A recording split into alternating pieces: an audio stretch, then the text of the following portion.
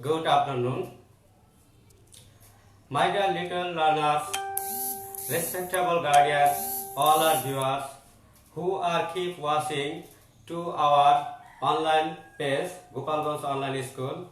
Firstly, take my salam, Assalamu alaikum. Hey there, this is Kamrul Islam once again before to you. Assistant teacher, Bazar Bangram Government Primary School, Mokshidpur, Gopalganj.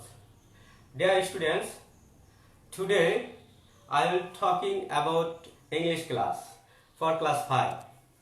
So all our students of class 5, are you ready for this class?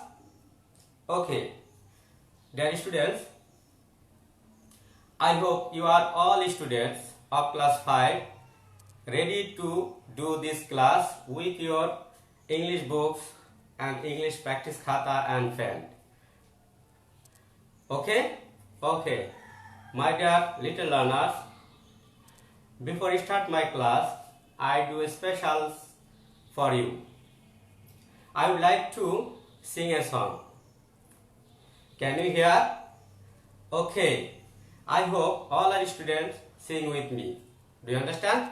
Okay? Ready? Okay, dear students, 1, 2, 3. We shall overcome, we shall overcome, we shall overcome someday. Oh, deep in my heart, I do believe we shall overcome someday. We shall overcome, we shall overcome, we shall overcome someday.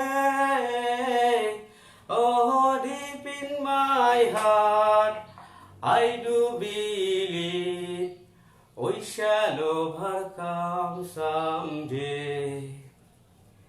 My dear little learners, are you happy? Okay, enjoy it? Okay. Dear students, today I will discuss about question number 12. Do you know what's the question number 12? Okay, thank you, my dear students. Question number 12 is rearrange. Do you know what's the rearrange? Okay, rearrange words in the correct order to make a meaningful sentences. Do you understand? rearrange হচ্ছে কতগুলো শব্দকে, কতগুলো এলোমেলো শব্দকে আমরা একটি অর্থপূর্ণ বাক্যে গঠন করব। Dear students, you get 3 types of rearrange to your student life. Do you understand? Firstly, letter rearrange, secondly, word rearrange, and thirdly, sentence rearrange. Do you understand? When you completed to your class 1 and 2, then you get letter rearrange. Do you understand? And class 3, 4 and 5, these types of rearrange is a word rearrange. Okay? And when you will read class 6, 7, 8, then you will get a sentence rearrange. Do you understand? Okay. তো আজকে আমাদের আলোচনার বিষয় হচ্ছে word rearrange. আমরা কিভাবে শব্দ দিয়ে আমরা একটা অর্থপূর্ণ বাক্য তৈরি করব। ওকে, ডিয়ার স্টুডেন্টস, আমরা রিয়ারেঞ্জ করতে গেলে অবশ্যই আমাদের জানতে হবে যে every English sentences have a basic structure. Do you understand? Okay, তো আমরা দেখি যে বেসিক স্ট্রাকচারটা কি। Firstly, subject plus verb plus object. প্রত্যেকটা ইংলিশ বাক্যে অবশ্যই এই গঠনটা থাকে। প্রথমে সাবজেক্ট, তারপর ভার্ব, তারপর অবজেক্ট। কিন্তু আমরা যেহেতু রিয়ারেঞ্জ করব, আমরা রিয়ারেঞ্জ করার জন্য আমাদের অবশ্যই একটা ফরম্যাট অর্থাৎ একটা ফরমেশন জানা দরকার। সেই ফরমেশনটা হচ্ছে কি? এই ফরমেশনটা হচ্ছে যে আমাদের জানতে হবে যে প্রথমত সাবজেক্ট, এরপর হচ্ছে auxiliary verb, then verb then object. Dear students, আমাদের অবশ্যই এই স্ট্রাকচার অনুযায়ী আমরা আমাদের রিয়ারেঞ্জ গঠন করব। তো এখানে you always think two things remember to you. যখন তুমি রিয়ারেঞ্জটা করবা সবসময় দুইটা আইডিয়া অথবা দুইটা জিনিস তোমাকে মনে রাখতে হবে। সেটা কি? Number 1, article. What do you mean by article? Article a and the, অর্থাৎ এ এন্ড দি এগুলোকে আর্টিকেল বলে। এই আর্টিকেলটা আমরা কোথায় বসাবো এটা তোমাদেরকে অবশ্যই জানতে হবে।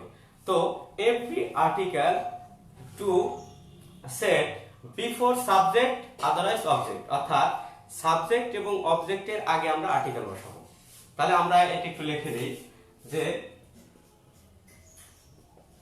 Note 1 article that's mean a and the, এগুলো যদি আসে তাহলে আমরা কোথায় বসাবো? আমরা সাবজেক্ট এর আগে অথবা অবজেক্টের আগে আমরা এই আর্টিকেল গুলো বসাবো। Then note number 2, this is the preposition. যখন তোমরা রিঅ্যারেঞ্জ করতে যাবা তোমরা দেখবা যে অনেক সময় প্রিপোজিশন আসে, এটা কোথায় বসাবা? প্রিপোজিশনও ঠিক আমরা আর্টিকেল যেরকম একটা সাবজেক্টের আগে অথবা অবজেক্টের আগে বসাবো, ঠিক প্রিপোজিশনও আমরা সাবজেক্ট এবং অবজেক্টের আগে বসাবো। তবে এখানে বলে রাখি, যদি সাবজেক্টের আগে আর্টিকেল এবং প্রিপোজিশন দুইটাই বসে তাহলে কোনটা বসাবো? তাহলে অবশ্যই আমাদের প্রিপোজিশন আগে বসিয়ে তারপরে আর্টিকেল বসাবো। Dear little learner, are you তোমরা কি বুঝতে পারতেছো? ওকে, থ্যাংক ইউ। আর এরপর আমরা আসি যে কোন বাক্যে যদি সাবজেক্টটা অনেক বড় হয় সেখানে দেখা যাচ্ছে যে প্রিপোজিশন থাকতে পারে। তাহলে আজকে আমরা এই ফরম্যাটে কিছু এক্সারসাইজ করি, আমরা কিছু एग्जांपलই করি। তাহলে নোট নাম্বার 2 হচ্ছে প্রিপোজিশন, অর্থাৎ আমরা কোথায় প্রিপোজিশন বসাবো। আমরা যখন রিঅ্যারেঞ্জ করব তাহলে প্রিপোজিশনটা হচ্ছে আমরা ঠিক আর্টিকেলের মতই আমরা এটাকে বসাবো,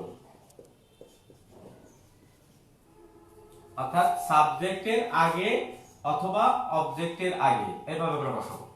তো আমরা কিছু প্র্যাকটিস করলে বাকিটা আমরা প্র্যাকটিসের মাধ্যমে বুঝে নেব। তাহলে আমাদের সবসময় মনে রাখতে হবে এই স্ট্রাকচারটি। দেয়ার স্টুডেন্টস,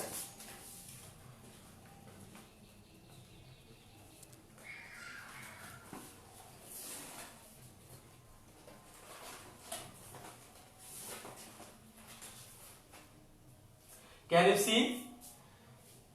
Okay, dear students, আমরা প্রথমত দেখতেছি যে আমাদের এক নাম্বার এখানে মডেল 1 কে এক নাম্বার কোশ্চেন হচ্ছে একটা কোশ্চেন আছে যেখানে কতগুলো ওয়ার্ড আছে, আমরা এই ওয়ার্ডগুলোকে এলোমেলো আছে এগুলোকে সাজিয়ে আমরা অর্থপূর্ণ একটি বাক্য তৈরি করব। এটাই হচ্ছে আমাদের রিঅ্যারেঞ্জের মূল কাহিনী। তাহলে আমরা দেখি এখানে কি ওয়ার্ড আছে। প্রথমে আমরা দেখব যে রিড, দেন আছে ক্লাস, এরপরে ইন, এরপরে আই, এরপরে ফাইভ। তো আমাদের প্রথমত you should always firstly find out the base form of verb, অর্থাৎ তোমাকে প্রথমত একটা রিঅ্যারেঞ্জ গঠন করতে গেলে আগে তোমাকে মূল ভার্বটি খুঁজে বের করতে হবে। তো এই এক নম্বরে আমার মূল ভার্ব কোনটা? রিড অর্থাৎ পড়া, ক্লাস শ্রেণী, তারপরে ইন একটা প্রিপোজিশন, আই হচ্ছে আমি, ফাইভ একটা শ্রেণীর নাম। তাহলে আমরা কোনটা? এখানে অবশ্যই read. Okay, thank you. Dear students, আমরা প্রথমত আমরা রিড বসাবো। তাহলে আমরা মূল ভার্ব হিসেবে রিড বসালাম। এখন আমি রিডকে প্রশ্ন করব।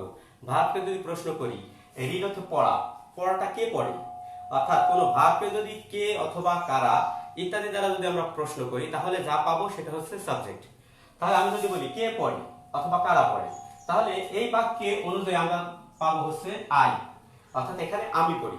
তাহলে তোমাকে এই গঠন অনুযায়ী প্রথমত আমরা সাবজেক্ট লিখছিলাম, এখন লেখা হচ্ছে আই।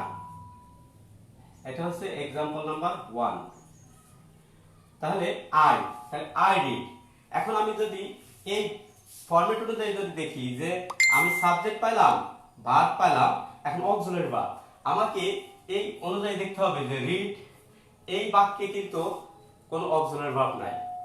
যদি অক্সিলারি ভার্ব না থাকে তাহলে কোনো সমস্যা নেই, আমরা বাকি যে ফরম্যাট আছে সেই অনুযায়ী আমরা করে দেব। তাহলে আই রিড। এখন আবার আমি ভার্বকে যদি প্রশ্ন করি কি পড়ি, অর্থাৎ আমি কি পড়ি অথবা কোথায় পড়ি, তাহলে যে উত্তরটা পাবো সেটা হচ্ছে অবজেক্ট। তাহলে আমি এখানে লেখা আছে আই রিড ইন ক্লাস 5, অর্থাৎ আমি ক্লাস 5ম শ্রেণীতে পড়ি। তাহলে আমরা এখানে লিখে দিই ক্লাস 5,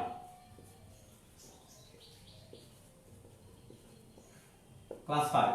আর আমরা বলছিলাম ইন, এখানে প্রিপজিশন, তাহলে প্রিপজিশনটা কোথায় বসবে? আমরা প্রথমত যে দুইটা নোট লিখছিলাম, 2 নম্বর নোটে বলছিলাম যে প্রিপজিশন সাবজেক্ট অথবা অবজেক্টের পূর্বে বসে, তাহলে এই বাক্যের ক্ষেত্রে অবজেক্টের পূর্বে বসে। তাহলে I read in class 5। Dear students, তোমরা কি বুঝতে পেরেছো? এটা খাতায় তুলে নাও।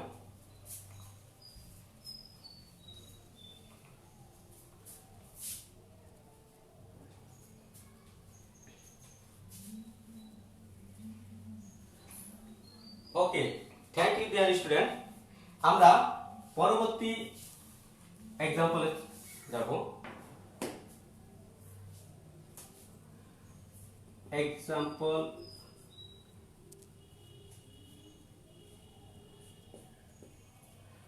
2। এখানে আছে দেখো লাই, নট, ডু, টেল। এই বাক্যে প্রথমত তোমার কাজ একই, যে প্রথমত আমি রিঅ্যারেঞ্জের যেটা করব সেই বাক্যে আমাকে কি বের করতে হবে? মূল ভাব। তো এই বাক্যের মূল ভাব কোনটি? এই বাক্যের মূল ভাব হচ্ছে ইয়েস, তোমরা ঠিক বলছো, টেল। তাহলে আমি প্রথমত এখানে টেল লিখব, টেল। ওকে, এখন আমি যদি টেলের প্রশ্ন করি যে কে কে কথা বলে অথবা কে বলে, এখানে কিন্তু আমার এখানে সাবজেক্ট নাই। যদি সাবজেক্ট না থাকে তাহলে আমরা পরের নিয়ম অনুযায়ী আমরা অক্সিলারি ভার্ব, তাহলে এখানে অক্সিলারি ভার্ব কোনটা? তা আমরা জানি অক্সিলারি ভার্ব হচ্ছে, এখানে অক্সিলারি ভার্ব আমি তোমাদের একটু বলি। অক্সিলারি হচ্ছে অনেকগুলো ভার্ব আছে, আমরা একটু এখন যেহেতু আমাদের এই ক্লাসে যতটুকু জানা দরকার আমরা জানি, আমরা যদি বি ভার্ব হিসেবে দেই তাহলে ডু, ডিড, ডাজ, এরপরে am, is, are, was, were, হ্যাঁ, হ্যাভ, হ্যাজ, হ্যাড, এগুলা আরো যদি আসে ক্যান, কুড, শ্যাল, শুড, এগুলো আমরা পরে জানবো। তো আমাদের মূলত এইগুলোই পরিচিত। তাহলে ডু একটি অক্সিলারি ভার্ব। তাহলে এইটা আমরা যেহেতু সাবজেক্ট নাই সেহেতু আমাদের এখানে প্রথম বাক্যটা বসবে। তাহলে কি বসলো? যে ডু বসলো। তাহলে ডু বসার পর এখানে একটা কথা আমি বলি, সেটা হচ্ছে যদি কোনো বাক্য নেগেটিভ হয়, অর্থাৎ নেগেটিভ বাক্যর ক্ষেত্রে, তাহলে মূল ভার্ব এবং অক্সিলারি ভার্বের পর আমরা ওই নটটা বসিয়ে দিব। তাই সেই অনুযায়ী এখানে কিন্তু নট আসে। তাহলে আমরা এখানে কি লিখবো? নট। তাহলে ডু নট টেল। তাহলে আমরা কি বলবো না? আমরা মিথ্যা বলবো না, অর্থাৎ এখানে লাই। এবং আর্টিকেল হচ্ছে অবজেক্টের আগে বসে, আমরা প্রথমে বলছিলাম সেই অনুযায়ী এটা হবে। তাহলে do not tell a lie. Dear student, তোমরা কি বুঝতে পেরেছো? ওকে, দ্রুত এটা লিখে ফেলো।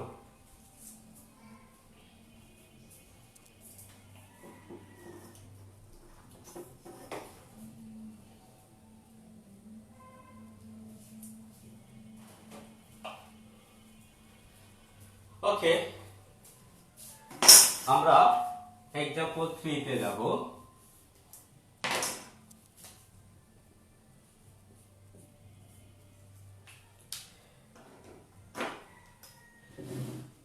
স্টুডেন্ট, এখানে লেখা আছে এক্সাম্পল 3 বুকস, লাভস, রিড, সৈকত, টু। এই বাক্যে দেখো তোমরা, এই বাক্যে দুটি ভার্ব আছে, একটা হচ্ছে লাভ আর একটা হচ্ছে রিড। তাহলে আমরা দুইটি ভার্বের কোন ভার্বটা নিব? তাহলে এটা বিবেচনা করব হচ্ছে আমাদের সাবজেক্টটা। এখন এখানে সাবজেক্ট হচ্ছে সৈকত। এখন আমরা যদি সৈকত নেই তাহলে সৈকত একটা থার্ড পারসন সিঙ্গুলার নাম্বার। অবশ্যই এই লাভ যেহেতু একটা ভার্ব, এইখানে যেহেতু এস আছে তাহলে থার্ড পারসন সিঙ্গুলার নাম্বারের পর এস বাই এস হয়। সেই হিসাবে আমরা কিন্তু এই ভার্বটাই আগে আমরা ওই ভার্বের থেকে আমরা এটাকে বেছে নেব। তাহলে আমরা লিখতেছি সৈকত, অথবা এখানে লিখি লাভ। কে ভালোবাসে? সৈকত ভালোবাসে। তাহলে আমরা এখানে সৈকত, সৈকত লাভ। এখন দেখো এখানে কিন্তু অক্সিলারি ভার্ব নাই, তাহলে অক্সিলারি ভার্ব যদি না থাকে তাহলে আমি কি আনবো? কে ভালোবাসে? সৈকত। এখন কি ভালোবাসে? সে ভালোবাসে বই পড়তে, অর্থাৎ টু বই পড়তে। তাহলে এই বই পড়তে এই টোটালটাই হচ্ছে অবজেক্ট, টু রিড বুকস। এখানে একটু বলে রাখি, মাই ডিয়ার লিটল লার্নার্স, যদি একই সাথে পরপর দুইটি ভাব কখনো একসাথে হয় না। যদি আমরা ভার্বের পর আরেকটা ভাব বসাতে চাই তাহলে আমাদের হয় আইএনজি যুক্ত অথবা টু যুক্ত ভাব। তা এইটা হচ্ছে যে লাভ, সৈকত ভালোবাসে, সৈকত লাভ কি করতে? To read. অর্থাৎ কোনো ভার্বের সাথে যদি টু যুক্ত হয়, যে আমি পড়তে ভালোবাসি তাহলে টু রিড, খেতে ভালোবাসি টু ইট, আমি যদি মানে গান গাইতে ভালোবাসি টু সিং ইত্যাদি। অর্থাৎ একটা ভার্বের পর টু যুক্ত হলে সেটা হচ্ছে করতে, অর্থাৎ তে বোঝায়, তে প্রত্যাহার। তাই সৈকত লাভ টু রিড বুকস। আশা করি তোমরা বুঝতে পেরেছো। ওকে, তো তোমরা 4 নম্বর এক্সাম্পলটা একটু লক্ষ্য করো। এখানে আছে my help I usually mother. এই বাক্যের ভাব কোনটা? ওকে, এই বাক্যের ভাব হচ্ছে হেল্প। তাহলে আমরা প্রথমত হেল্প বসাবো। আমরা সব সময় এই রিয়ারেঞ্জ করার ক্ষেত্রে আমরা সব সময় দেখবো যে মূল ভাব কোনটা, সেটাকে সিলেক্ট করে হচ্ছে আমরা অন্যগুলো বসাবো। তাহলে এই ক্ষেত্রে হচ্ছে হেল্প। তাহলে হেল্প হচ্ছে সাহায্য করা। আমি যদি প্রশ্ন করি কে সাহায্য করে, এখানে উত্তর হবে কি মাই, মানে আমার। এটা তো হবে না, তাহলে এখানে আই আছে, তাহলে আমি হেল্প করি, আমি হেল্প করি। তাহলে এখানে আই হেল্প, সাবজেক্ট হচ্ছে আই। এখন আমি কাকে হেল্প করি? মাদার, তাহলে আমি মাকে হেল্প করি। এটা হচ্ছে অবজেক্ট। এখন আমাদের তিনটা চলে গেছে, এইগুলো হয়ে গেছে। এখন আমার এখানে আই গেল, তারপরে হচ্ছে হেল্প এবং মাদার চলে গেছে। এখন আমি যদি বলি যে আমি হেল্প করি কাকে? আমার মাকে, এই কারণে এখানে কি হবে? My mother. এখানে হচ্ছে মাই মাদার। এখন আরেকটা ওয়ার্ড আছে, সেটা হচ্ছে ইউজুয়ালি। ইউজুয়ালি ছোট্ট বন্ধুরা, তোমরা এই ইউজুয়ালি এইটা একটু লেখো।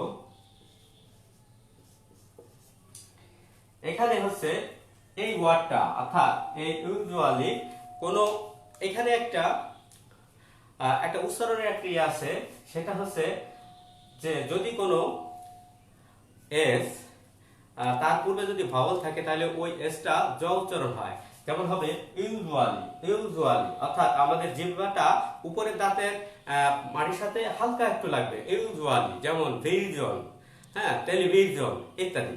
তো সেই হিসেবে এই ওয়ার্ডটা কিন্তু আমরা প্রথমে বসাতে পারতাম, তাহলে আমাদের সেন্টেন্সটা হতো। আবার শেষে বসালে হবে যে আমি সাধারণত আমার মাকে সাহায্য করি। তাহলে usually I help my mother, এখানে একটা কমা দিতে হবে। আর যদি তুমি এভাবে বসাও যে I help my mother usually, তাহলেও হবে।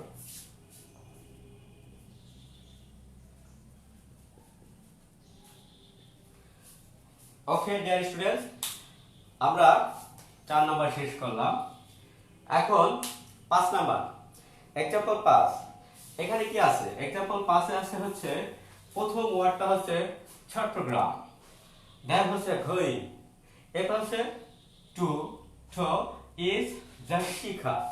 তাহলে আমাদের এখানে প্রথমত সেই আগের নিয়ম অনুযায়ী find out firstly the best form of verb. তাহলে আমরা এখানে কি সিলেক্ট করলাম?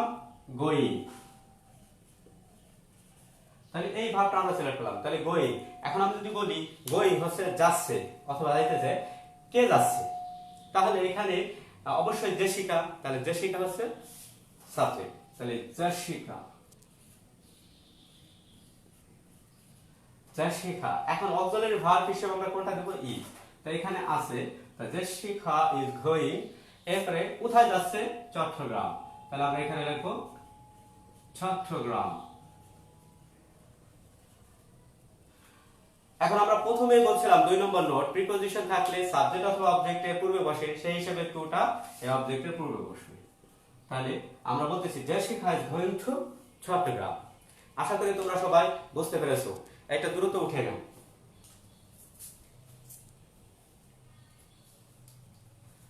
Okay, dear students, এখন when you get to your rearrange question the marks question mark অর্থাৎ তোমার রিয়ারেন্সে যদি কোনো প্রশ্নবোধক চিহ্ন থাকে তাহলে আমরা একটু অন্য ফরম্যাটে যাব। এই ফরম্যাটটাই একটু ঘুরে লিখবো। সেটা কি, আমরা এখানে লিখছিলাম অক্সিলারি ভার্ব সাবজেক্টের পরে, আমরা ঠিক এটাকে একটু উল্টে লিখবো, অর্থাৎ অক্সিলারি ভার্বকে আমরা এখানে নিয়ে আসবো, আগে অক্সিলারি ভার্ব আসবে, তাহলে এখানে সাবজেক্ট চলে গেল, আগে অক্সিলারি ভার্ব আসবে। এরপরে আমরা আরেকটা জিনিস দেখবো, সেটা হচ্ছে কি যে এমন আমি কিছুদিন আগে যে লেকচারগুলো হয়েছে ডাব্লিউএস কোশ্চেন, অর্থাৎ যদি রিয়ারেন্স সেন্টেন্সে অর্থাৎ রিয়ারেন্স করার জন্য যে প্রশ্নটা থাকবে সেখানে যদি ডাব্লিউএস ওয়ার্ড থাকে, what do you mean by WS words? WS words হচ্ছে আমি কিছুদিন আগে আলোচনা করেছিলাম what, who, when, why, how ইত্যাদি। এই ওয়ার্ডগুলো যদি থাকে তাহলে অবশ্যই ওই অক্সিলারি ভার্বেরও পূর্বে সেই ডাব্লিউএস ওয়ার্ডগুলো আমরা বসিয়ে দিব এবং শেষে প্রশ্নবোধক চিহ্ন দিব, দেন আমরা কিন্তু রিয়ারেন্স কমপ্লিট করতে পারবো। ঠিক আছে, তো এইটা আমি এই ফরমেশনে দিতেছি, সেটা হচ্ছে যে এইখানে হবে ডাব্লিউএস ওয়ার্ডস। তোমরা বুঝে নাও, এটা হচ্ছে ডাব্লিউএস ওয়ার্ড, তারপর হচ্ছে অক্সিলারি ভার্ব, তারপরে সাবজেক্ট, এরপর হচ্ছে ভার্ব, এরপর অবজেক্ট, তারপরে প্রশ্নবোধক চিহ্ন। এটা হচ্ছে মডেল 2, অর্থাৎ যে সকল রিয়ারেন্সে সাধারণত প্রশ্নবোধক চিহ্ন থাকবে। হ্যাঁ, when you will get a rearrange question marks then you follow the formation 2. This format firstly WS words, secondly হচ্ছে auxiliary verb, thirdly হচ্ছে subject, and fourthly হচ্ছে base form of verb, and rest of words হচ্ছে object. Do you understand? অর্থাৎ তোমাকে প্রথমত যদি কোনো বাক্যে প্রশ্নবোধক চিহ্ন থাকে অর্থাৎ রিয়ারেঞ্জ করতে, সেই ক্ষেত্রে তোমার একটু ঘুরাতে হবে, অর্থাৎ অক্সিলারি ভার্বটা আগে আনবা এবং তারও আগে দিয়ে আসবা হচ্ছে WS ওয়ার্ড। আমি মনে হয় বুঝতে পেরেছি। তাহলে আমরা আমাদের এই এক্সারসাইজগুলোতে চলে যাই। মডেল 2 এক্সারসাইজে আমরা প্রথমত দেখব যে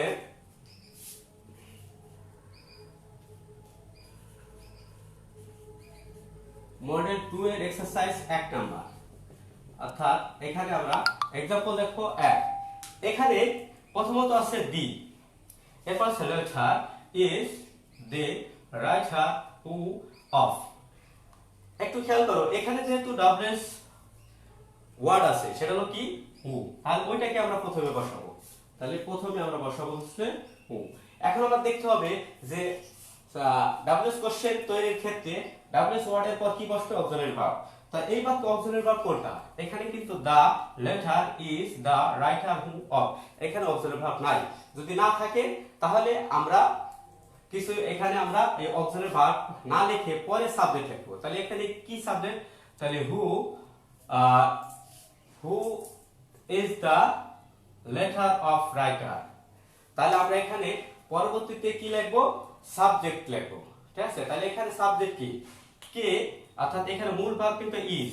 তা who is the letter, who is the writer, তাহলে আমরা এখানে সাবজেক্ট পাবো হচ্ছে writer.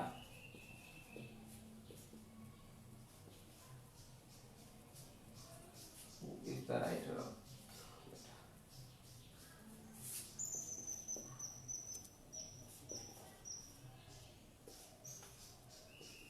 who is the writer of the letter?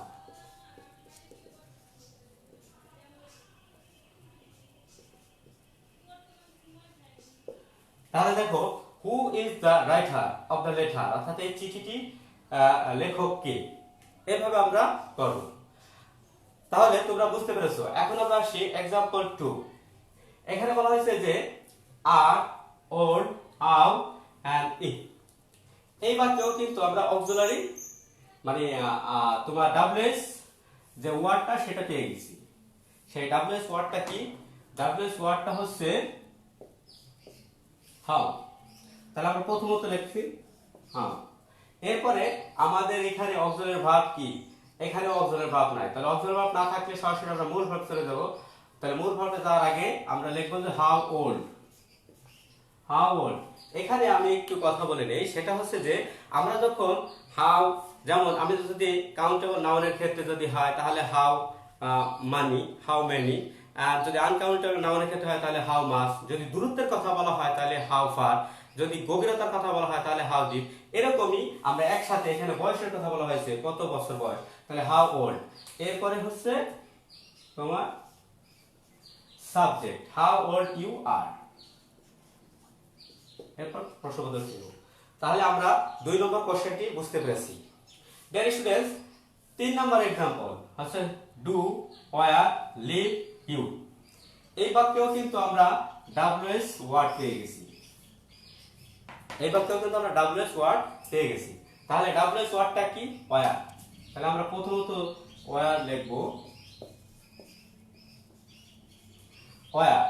Wire লেখার পর এরপরে আমাদের কি আসবে? আমাদের অক্সিলারি ভার্ব। তাহলে অক্সিলারি ভার্ব এখানে দেয়া আছে কি? ডু। তাহলে ওয়্যার ডু। এরপর আমরা সাবজেক্ট লিখব। ওয়্যার ডু, এখানে সাবজেক্ট হচ্ছে ইউ। তাহলে ওয়্যার ডু ইউ। এরপরে মূল ভার্ব হচ্ছে leave. Where do you live? Do you understand? Dear little learners? Okay. এখন আমরা 4 নম্বর প্রশ্নে যাব। 4 নম্বর প্রশ্ন হচ্ছে do, when, get up, you, back, from। তাহলে আমরা এখানেও কিন্তু WS ওয়ার্ড আমরা পেয়ে গেছি, সেটা হচ্ছে কি? when। তাহলে আমরা 4 নম্বরে প্রথমে লিখব হচ্ছে when। ওয়েল লেখার পর এখানে আমরা দেখব যে এখানে অক্সিলারি ভার্ব কোনটা আছে। আমরা কিন্তু অক্সিলারি ভার্ব দেখেছি, সেটা হচ্ছে কি? ডু। তাহলে when do। এরপরে আমরা আনবো হচ্ছে সাবজেক্ট। ডাব্লিউএস ওয়ার্ড হয়ে গেছে, অক্সিলারি ভার্ব। এখন আমরা কি আনবো? সাবজেক্ট। তাহলে সাবজেক্ট হচ্ছে ইউ। তাহলে when do you। এরপর আমরা আনবো ভার্ব। এখানে get up হচ্ছে উঠা, আমরা এই ভার্বটা নিয়ে নেব। When do you get up from bed? তাহলে আমরা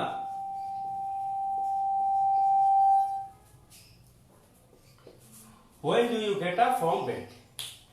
Do you understand? Then students, last example, সেটা হচ্ছে যে example number 5। এখানে আছে does, একটা অক্সিলারি ভার্ব, your, তোমার time, what, school, start। এখানে আমরাও কিন্তু একটা ডব্লিউএস ওয়ার্ড পেয়ে গেছি, সেটা হচ্ছে কি? ওয়ার্ড।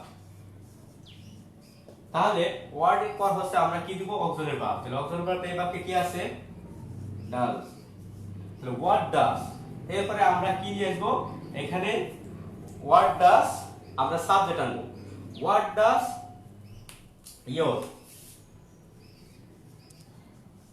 What does your, এরপর আমরা কি আনবো?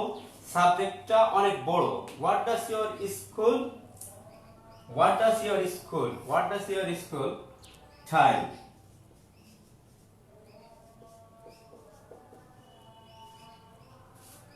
Started।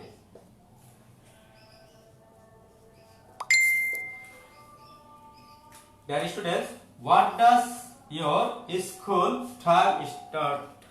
অর্থাৎ তোমার স্কুল কখন শুরু হয়। তাহলে আমরা আজকে কি শিখলাম? আজকে আমরা শিখলাম হচ্ছে যে রিয়ারেঞ্জ, অর্থাৎ ওয়ার্ডস রিয়ারেঞ্জ কিভাবে দেয়া যায়। আমরা সবসময় মনে রাখবো যে রিয়ারেঞ্জ দেওয়ার ক্ষেত্রে আমাদের যে মূল ফর্মগুলো আছে, নাম্বার 1 হচ্ছে আমরা যে ইংরেজি বাক্যে যেভাবে লিখি সেটা আমাদের অবশ্যই মনে রাখতে হবে। যেমন সাবজেক্ট, অক্সিলারি ভার্ব, তারপরে অবজেক্ট। এইভাবে কিন্তু আমরা সাধারণত অন্য সেন্টেন্স, বিশেষ করে প্রশ্নবোধক বাক্য বাদে অন্যগুলো এইভাবে করব। আর প্রশ্নবোধক বাক্য যদি থাকে তাহলে প্রথমত আমরা বাছবো যে এই বাক্যের ভিতরে ডব্লিউএস ওয়ার্ড আছে কিনা, এরপরে অক্সিলারি ভার্ব, তারপরে সাবজেক্ট, তারপরে হচ্ছে ভার্ব এবং অবজেক্ট। Do you understand? তো dear little learners, I hope you liked it. That's all about my today's lecture to question number 12 about rearrange.